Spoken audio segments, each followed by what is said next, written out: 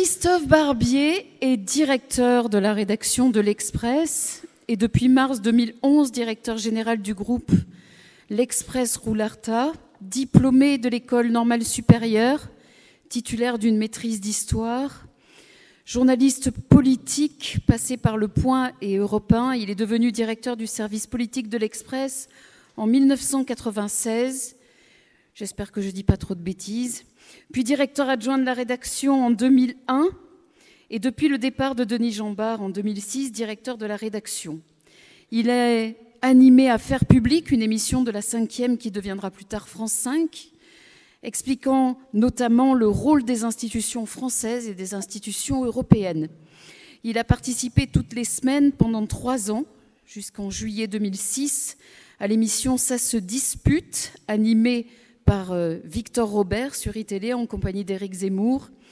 Il est souvent invité dans l'émission d'Yves Calvi, C'est dans l'air, sur France 5. Christophe Barbier est aussi régulièrement invité de Sud Radio et de l'émission du Grand Journal de Canal+, pour le vendredi, pour commenter l'actualité hebdomadaire. Dans le cadre d'un accord entre l'Express et LCI, Christophe Barbier assure une interview politique quotidienne sur cette chaîne depuis septembre 2006. Depuis 2011, il fait l'interview politique dans les matinales sur iTélé.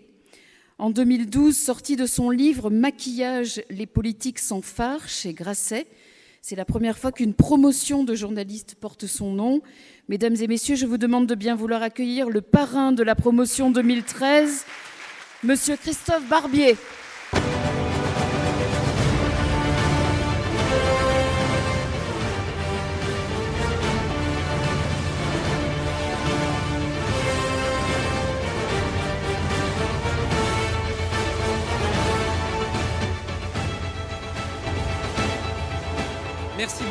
Merci beaucoup Marie, merci pour cette présentation qui montre à quel point le temps a passé vite pour moi depuis l'époque où j'étais, si ce n'est à votre place, dans cet amphithéâtre, du moins dans des situations comparables. Je suis très fier d'avoir une promotion de journaliste qui porte mon nom, même si ça donne un coup de vieux forcément, c'est quand même très émouvant. Je suis ému aussi parce que je pense que l'un des devoirs dans notre métier, c'est de transmettre la flamme, c'est de passer chaque jour l'envie d'être journaliste à tous ceux qui désirent l'être, qui sont en train de le devenir ou qui font leur premier pas dans ce métier.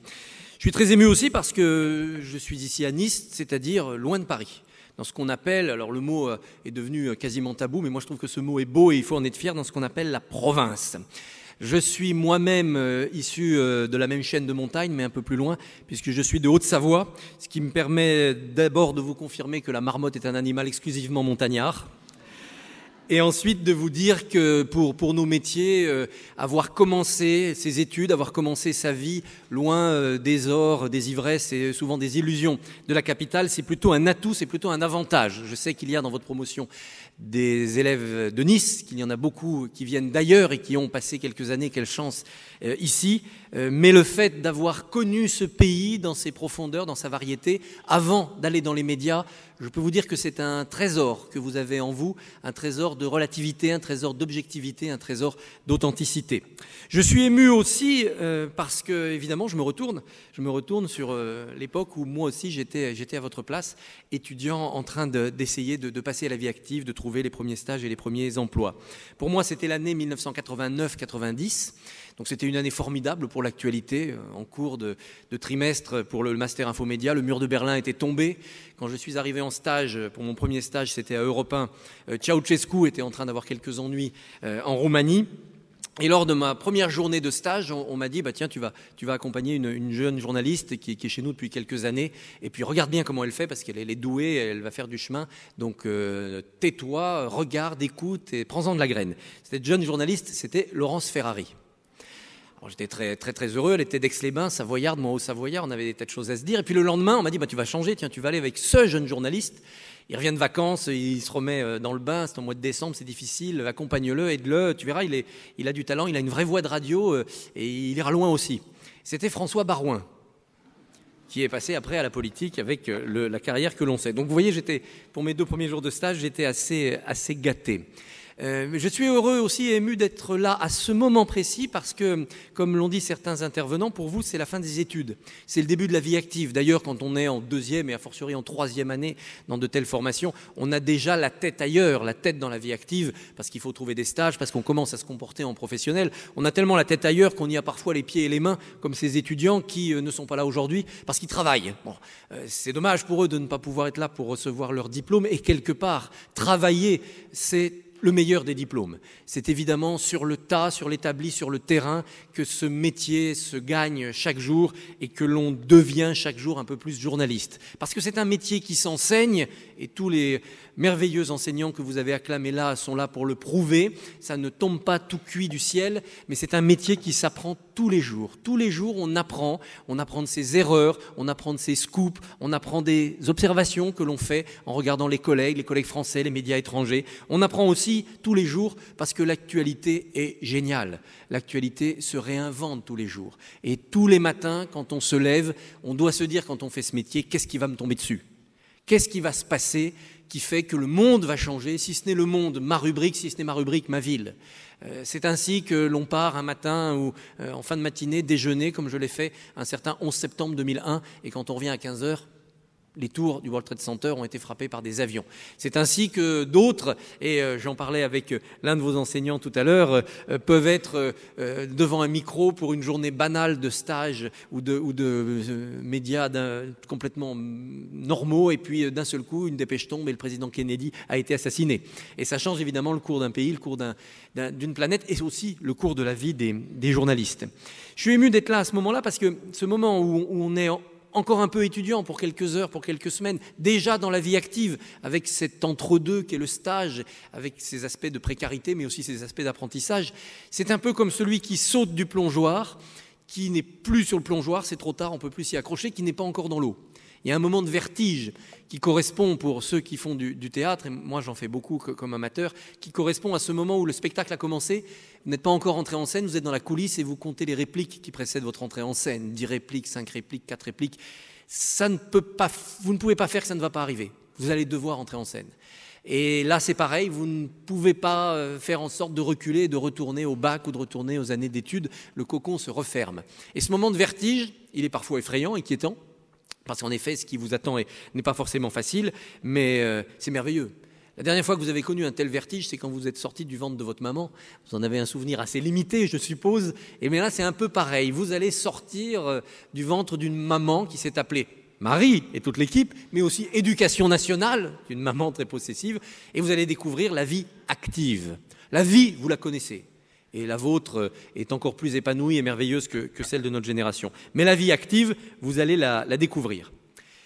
Je suis ému aussi de m'adresser à vous dans un endroit marqué d'autant de solennité, avec en effet l'image de la Méditerranée qui nous rappelle que toujours il faut rassembler l'humanité pour qu'elle ne se déchire pas, marqué aussi par le sceau, je l'ai appris grâce à monsieur le maire qui m'a fait visiter les lieux, monsieur le maire adjoint, marqué par le sceau de Paul Valéry.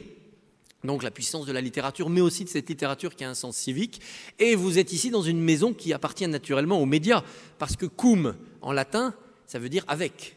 Et qu'est-ce que sont les médias si ce n'est des liens pour que les gens fonctionnent avec les autres, pour qu'on se parle au niveau des nations, et ça c'est la diplomatie, le journalisme international, mais au niveau aussi de la politique, la res publica, la chose publique, la vie civique, ce sont les journalistes politiques aussi qui vont brancher les électeurs sur les politiques avec leurs idées, leurs propositions, leurs programmes et parfois leurs affaires, mais également toute la vie culturelle, artistique ou sportive, parce que c'est ce vivre ensemble que les médias animent, font pétiller tous les jours, et ce vivre ensemble est très bien résumé par cette locution latine cum. Vous êtes aussi dans cette maison, la maison des médias, parce que comme nous indique la devise ici, c'est la maison de tous ceux qui servent la paix, qui se dévouent aux humanités et aux lettres. Après, c'est un peu plus compliqué comme latin, mais enfin, il y est question de vérité et d'études. Donc c'est pour vous et c'est aussi pour les journalistes.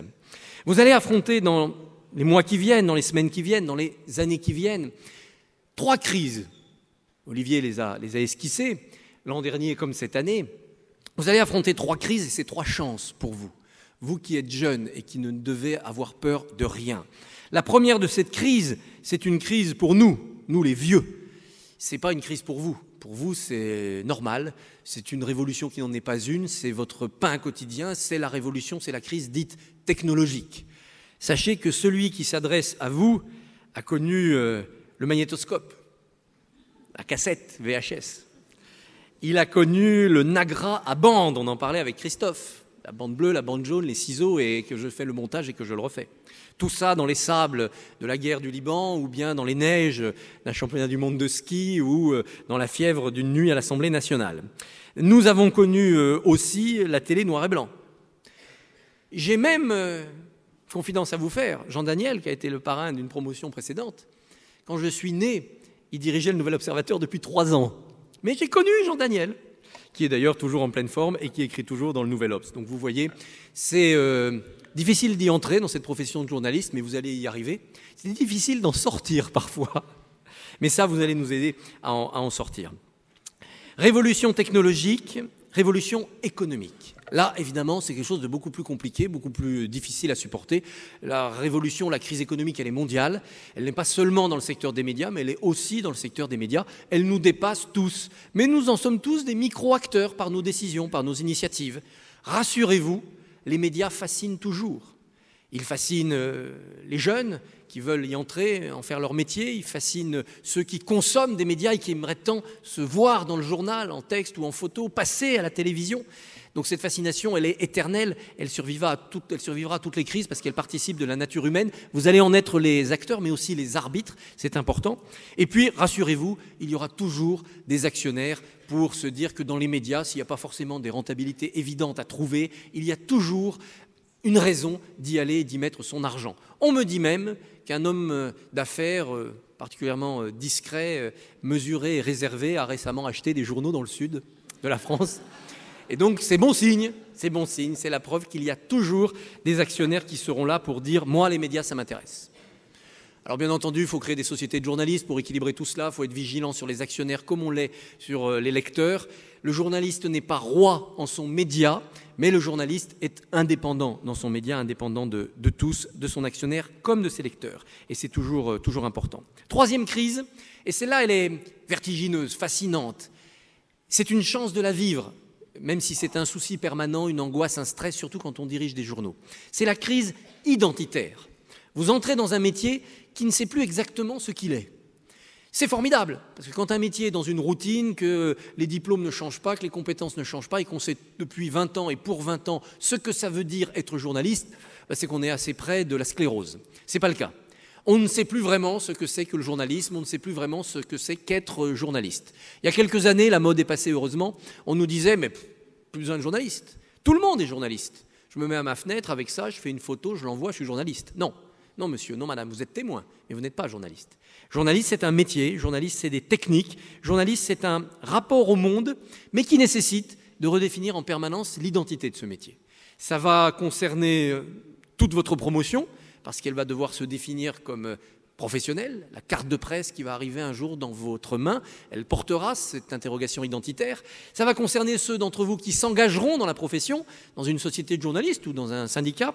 Ça va concerner aussi, encore plus, ceux d'entre vous qui réfléchiront sur le journalisme, comme futurs enseignants dans les écoles, comme futurs écrivains, essayistes sur le journalisme, ou peut-être comme futurs patrons de presse, appelés à dire et redire toujours ce qu'est le journalisme.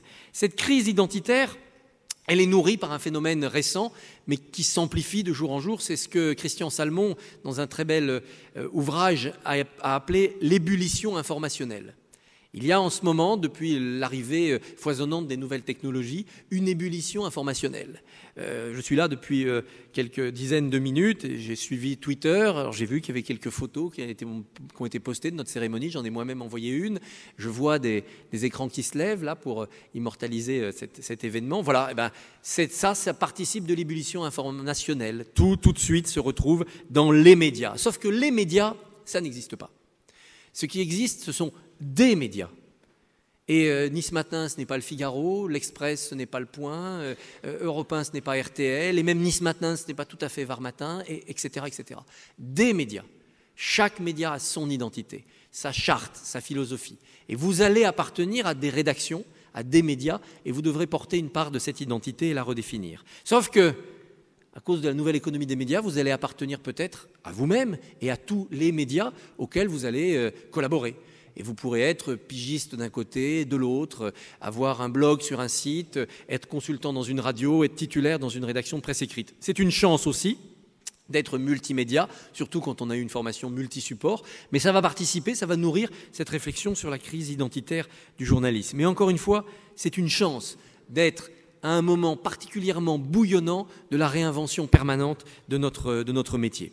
Alors je ne vais pas faire l'ancien combattant trop longtemps, même si je suis assez tenté de battre le record de Michel Drucker l'an dernier, mais je vais résister à cette tentation et être le plus concis possible, et ne pas être ancien combattant en vous délivrant comme ça de grandes leçons et de grands conseils. On n'a pas de leçons à donner quand on est journaliste, ni à ceux qu'on a en face de soi quand on enquête, ni à ses collègues. Mais quand même, quelques mots comme ça dont j'aimerais qu'ils vous accompagnassent tout au long de votre carrière. La curiosité. La curiosité, c'est la première qualité du journaliste. On peut avoir des moments de faiblesse dans sa carrière, on peut faire des erreurs, ça arrive, mais si on se laisse aller au péché de non-curiosité, de curiosité paresseuse, alors là on trahit l'essence même du métier. Et par là même, quelque part, on est un imposteur par rapport à tous ceux, notamment les jeunes, curieux qui voudraient faire ce métier. Restez curieux, curieux de tout, comme l'a dit Pierre-Louis, comme l'ont dit d'autres, pas seulement de votre rubrique, de votre spécialité, de votre engouement personnel.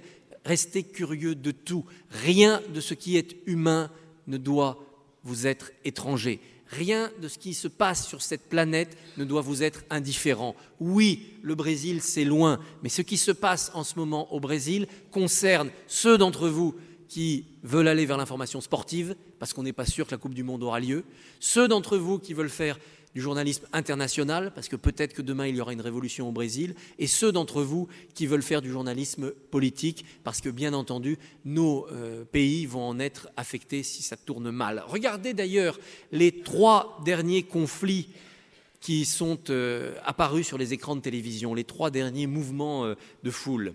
La Turquie, la Grèce et le Brésil. Le Brésil, c'est parce qu'on met beaucoup d'argent dans la Coupe du Monde et qu'on augmente les tickets de bus. Donc c'est sur un phénomène très contemporain, le spectacle sportif, le show business des grands événements sportifs, que la foule se met en colère. En Turquie, c'est parce qu'on a voulu couper des arbres. Donc le prurite écologique, les causes de l'environnement qui ne mettaient pas tellement de gens dans la rue il y a encore 15 ans, là, ont failli renverser un régime pourtant autoritaire. Et c'est pas fini. Et en Grèce, c'est parce qu'on a coupé la télévision publique. Et qu'au nom du droit à l'information, du droit aussi au programme, les gens sont descendus dans la rue pour que les écrans se rallument. Voilà 3 conflits qui n'auraient pas pu avoir lieu en 1968, qui n'auraient pas pu avoir lieu au début du XXe siècle. Donc vous voyez, la curiosité, c'est cela, c'est de toujours s'intéresser à ce qui vous paraît lointain et étranger, et de toujours essayer de tirer le petit fil qui va rapprocher ça de votre centre d'intérêt, de votre vie et de celle de vos lecteurs.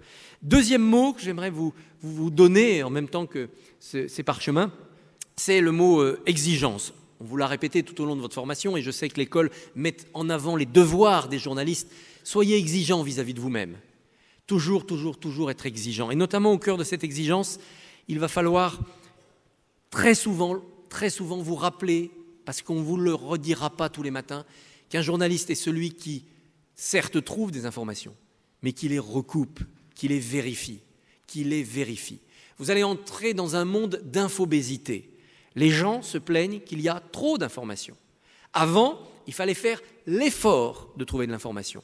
Maintenant, il faut presque faire des efforts si on ne veut pas être enseveli sous l'information. Lazarev disait, quand il se passait quelque chose, il fallait descendre acheter le journal. Maintenant, la radio vient à vous. Et depuis Lazarev, il y a eu la télévision et il y a eu ces engins-là qui font bip-bip pour vous apprendre le résultat du match ou tel événement politique ou international. L'information vient à nous. Il est impossible de s'en couper. Nous allons sortir tout à l'heure, il y a des panneaux d'information municipaux. Et bien, ces panneaux municipaux vous annonceront la température, le résultat du dernier match et les informations essentielles. L'information vient à vos lecteurs, vient à ceux qui veulent être informés et même à ceux qui ne veulent pas l'être. Donc dans ce monde d'infobésité, vous allez devoir trier. Trier ce qui est vrai et ce qui est faux, et puis trier ce qui est important et ce qui l'est moins. Votre travail, ça sera donc de recouper, de vérifier et de hiérarchiser. C'est en cela que ce métier restera indépassable et qu'on ne pourra pas être tous journalistes. C'est en cela que les techniques que vous avez apprises vous seront utiles, précieuses tous les jours. Ce métier dans le paysage technologique qui est celui d'aujourd'hui, qui va être encore bouleversé par de nouvelles innovations, ce métier a désormais pour règle d'informer et donc de travailler le plus vite possible. Et la plupart des journalistes ou la plupart des dirigeants de médias, quand on leur dit le plus vite possible, ils entendent surtout le mot vite. Vite parce que la concurrence est là. Et que si on arrive 10 minutes après les autres pour annoncer que tel homme politique est mis en examen ou que tel joueur a été blessé dans un match, eh ben on ne fait pas bien son métier. Mais non, le mot important, c'est pas vite. Le mot important, c'est possible. Et quand on dit le plus vite possible, ça veut dire qu'il y a le temps pour recouper l'information. Et il y a le temps pour la présenter de manière intelligente pour que le lecteur n'ait pas simplement un fait qui vienne le cogner, mais quelque chose qui s'articule dans son intelligence. Vous vous adressez à l'intelligence des lecteurs et des téléspectateurs, à travers le biais de l'émotion, du plaisir partagé, à travers le biais de l'information qui doit être forte, mais toujours vous parlez à sa tête et pas à ses tripes. Un mot que j'aimerais aussi vous léguer, parce qu'il est en danger ce mot quand même, c'est l'écrit. Attention, l'information demeurera toujours une information écrite. L'audiovisuel, c'est formidable et je suis ravi, moi, de passer beaucoup d'heures de ma semaine dans l'audiovisuel, tous les matins aux côtés d'un ancien de cette école, Jérôme Bermin, et puis toute la semaine aux côtés de mes confrères qui sont de la presse parlée, comme on disait dans le temps, télévisée et radio. Mais tout ce qui compte s'imprime dans les têtes et finit par s'imprimer sur un papier. Derrière les journaux radio et télé, eh bien, il y a de l'écrit. Il y a de l'écrit éphémère, les dépêches, qui servent à faire les flashs d'information, de l'écrit plus durable, les dossiers, les reportages de fond, qui créent chez le journaliste une culture de sa rubrique. Je suis journaliste économique, mais si je lis un dossier des Échos sur les taux d'intérêt ou bien sur la réforme des retraites, je me fais ma culture générale qui me permettra d'être meilleur demain. Je suis journaliste sportif, mais si je fais l'effort de lire l'Équipe, et pas seulement l'Équipe, tous les journaux sportifs et tous les endroits où il y a de l'écrit sur le sport, je crée ma culture profonde de journaliste. L'écrit, c'est pas forcément le papier. L'écrit numérique, l'écrit des sites, l'écrit des tablettes est très bien. L'écrit, ces mots qui mis les uns derrière les autres font sens et vous donnent aussi une culture et une conscience. Un mot aussi sur le temps qui va vous accompagner. Ça a été évoqué. Journaliste, ce n'est pas un métier, ou plus exactement, ce n'est pas seulement un métier. C'est un métier avec ses techniques, ses exigences. C'est un métier et c'est plus que cela. C'est une vocation. Il faut une sorte de profession de foi.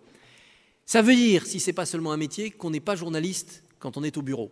On est journaliste 24 heures sur 24. Quand j'étais dans ce fameux stage d'Europe 1 où j'ai fait les belles rencontres que je vous décrivais tout à l'heure, j'ai assisté aussi au licenciement d'un journaliste.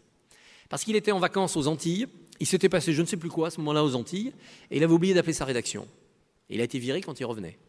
Ça plaisantait pas à l'époque. C'était Jean-Pierre Joulin, le directeur, je peux vous dire que ça marchait droit.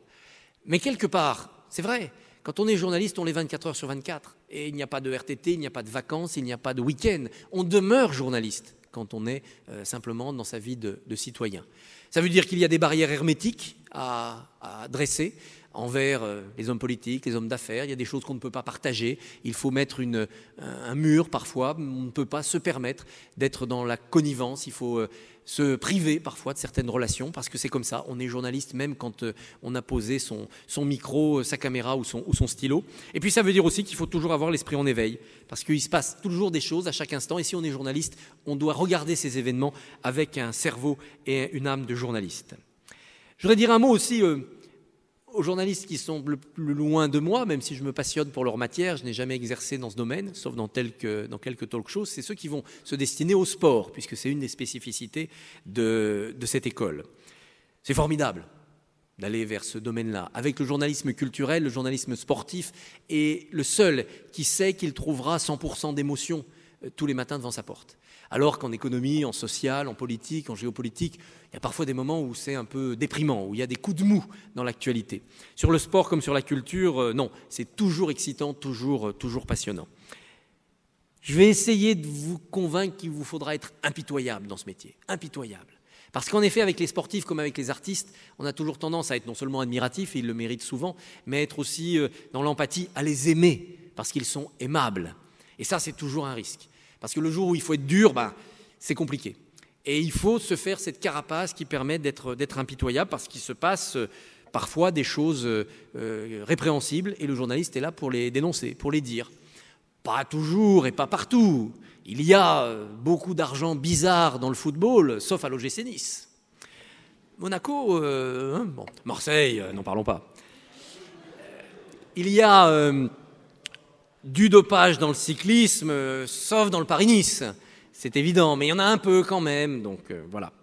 Et puis, quand on a eu un professeur qui s'appelle Poulain, ceux qui iront dans le journalisme hippique, j'espère qu'ils dénonceront les paris truqués s'ils en trouvent. Pardon pour ces mauvais calembours, mais c'était pour vous rappeler quand même à cette idée que le journaliste, il parle beaucoup des trains qui n'arrivent pas à l'heure.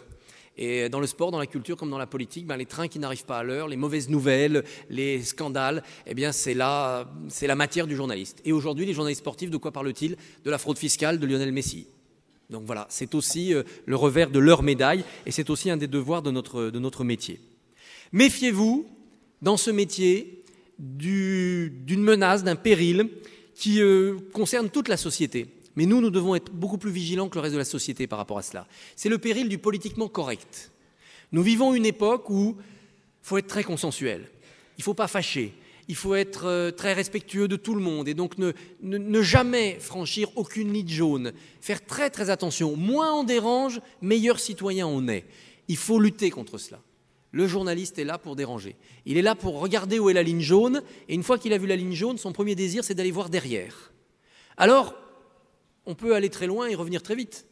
Mais le journaliste doit se garder du politiquement correct. Vous allez avoir un devoir d'impertinence tout au long de votre parcours. Enfin, dernier mot que je voudrais vous laisser, c'est le mot ambition. Soyez ambitieux. C'est difficile d'entrer dans ce métier en période de crise économique. Le premier réflexe, parfois, des anciens journalistes, souvent des parents ou de ceux qui vous aiment bien, c'est de dire « Oh là là, dans le journalisme, c'est la crise, il n'y a plus d'emploi, il ne faut pas y aller. » Mais si, justement, c'est la crise, il faut y aller.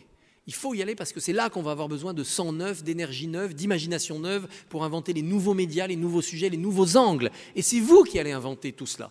Et pour l'inventer, ce nouveau monde médiatique, il faut avoir de l'audace, presque un peu d'inconscience, et il faut avoir de l'ambition. Vous devez sortir tout à l'heure avec ce petit parchemin qui sanctionne vos 3 années d'études, avec plusieurs volontés. La première volonté, c'est de ne pas le dénouer, parce que rouler comme ça peut servir de longue vue, c'est très précieux dans votre métier. La deuxième volonté, c'est de le dénouer, parce que le petit ruban, ça peut donner une écharpe rouge. Donc je vous incite à en profiter. Et puis le troisième objectif, avec ce parchemin, c'est de nous chasser.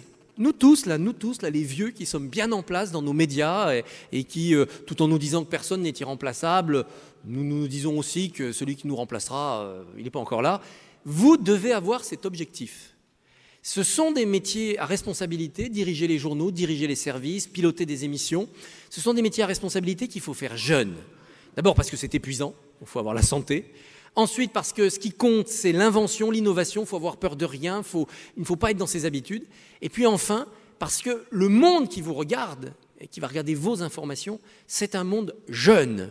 La France n'est pas le plus jeune des pays, c'est pas le plus vieux, mais le monde, lui, est de plus en plus jeune. Et notamment le monde francophone. Il y aura dans quelques années beaucoup plus de francophones qu'aujourd'hui grâce au décollage de l'Afrique. Eh bien, ce monde-là, il va vouloir avoir envie, il va exiger d'avoir en face de lui, dans ses écrans, dans ses journaux, des journalistes, des chefs de rubrique, des directeurs de rédaction qui lui ressemblent.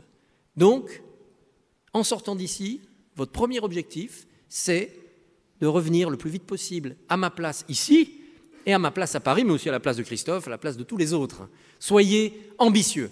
Merci à vous et bonne chance à tous.